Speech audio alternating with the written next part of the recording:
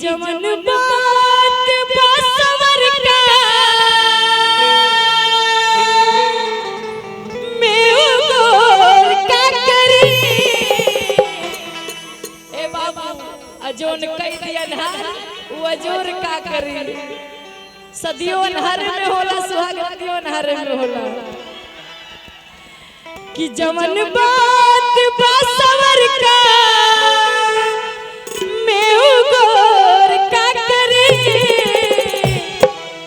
जमन कई दिया तू अजोर का करी जमन कई दिया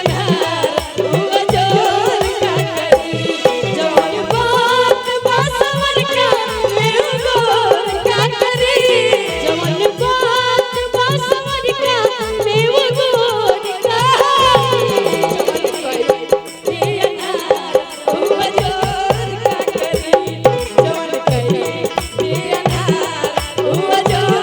का करी जमन कई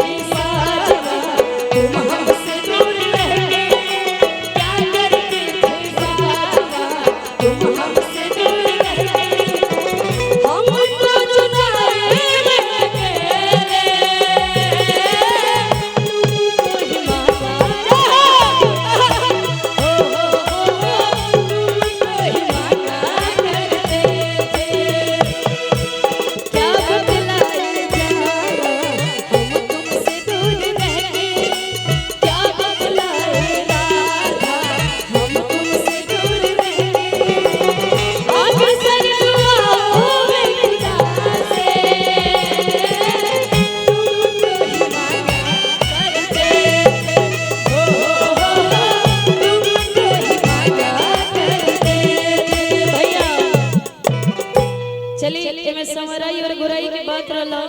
तो रूबी जी अपन देखा कहा के सुना रहे हैं गुराई के फर्क पड़ा पता चलल कि ना देखिए समराई भी कई खल के होला है रूबी जी केहू एकदम पूरा करिए हो जाला आ केहू रहेला कि ओकर हाथे गोड़ खाली करिए होला मुंह गोर रहेला तब पूजा के पूरा करिए वाली तू केहू होला कि पूरा करिए होला तब ओकर मुंह के कटी ने एकदम पानी जैसा होला जैसे कि तू हर खूबसूरत चीज बेवफा होती है। अच्छा जी हर खूबसूरत चीज बेवफा होती है आ ज्यादा गोरी लड़की कभी पटाना नहीं लेकिन रूबी जी आज के डेट में भैया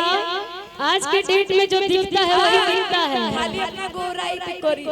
तोरा से तो सुनरे बानी हम लेकिन एगो बात जान लेना भैया देखिए 1 मिनट खातिर कहल चाहत तरीका कि अगर कोनो लड़का या फिर लड़की के शादी होई ना तो लोग फोटो देखेला तो कहेला कि आई वो लड़की करिए बिया आ लड़की पटी के कहिलो ही वो लड़का करिए ओहे गोर रही खाली ओकरे में गुण ना रहे लेकिन सभी लोग पसंद कर ले